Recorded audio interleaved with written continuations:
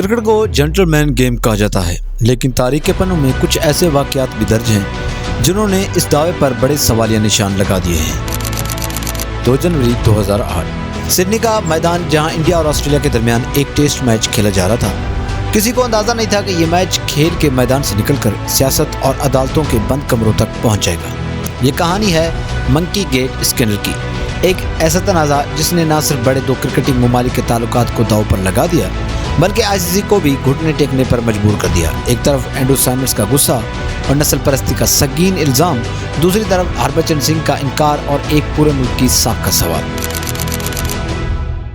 तो सिडनी का वो मैदान किसी जंग से कम नहीं लग रहा था। दोनों टीम्स अपनी जीत के लिए पूरी तरह ताकत लगा रही थी। ना तो ऑस्ट्रेलिया पीछे हट रहा था और ना ही इंडिया। मैच के दौरान लगातार स्लेजिंग हो रही थी जो दोनों तरफ से चल रही थी। प्लेयर्स एक दूसरे पर दबाव डालने की कोशिश कर रहे थे, लेकिन फिर आया 116वां ओवर, जहां हरभजन सिंह और एंड्रू साइमंड्स आपस में उलझ गए। दोनों ने गुस्से में कुछ कहा और मामला इतना बढ़ गया कि एम्पायर्स को बीच में आना पड़ा।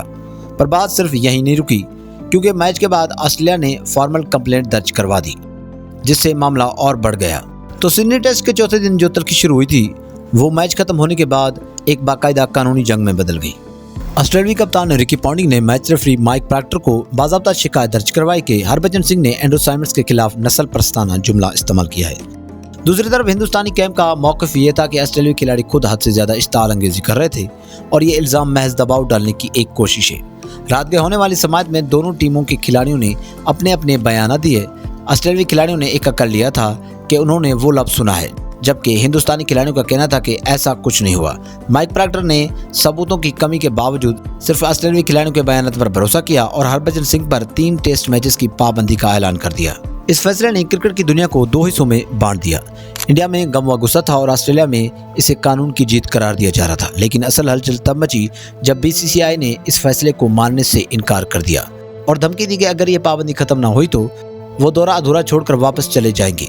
आईसीसी के लिए ये एक डरावना ख्वाब था, क्योंकि क्रिकेट की तारीख में इससे पहले कभी किसी बोर्ड ने इस तरह खुल्लम खुला बगावत नहीं की थी। अब ये मामला सिर्फ 2 खिलाड़ियों को नहीं रहा, बल्कि आईसीसी की साख और क्रिकेट की मैशत की बका का सवाल बन चुका था। तनाज़ा इस हद तक बढ़ चुका था कि आईसीसी को एक नया जज जस्टिस जॉन बेंसन को मुकर्रर करना पड़ा, ताकि मामले की गैर जानबदाराना तहकीकात हो सके।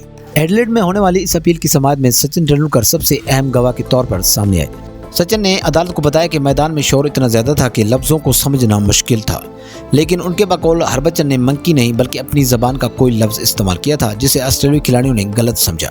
एंड्रू साइमंड्स से जब पूछगछ की गई तो उन्होंने एतराफ़ किया कि वो खुद भी हरभजन को मुश्तिल कर रहे थे और ये सारा मामला महज जुमलों के तबादले से शुरू हुआ था।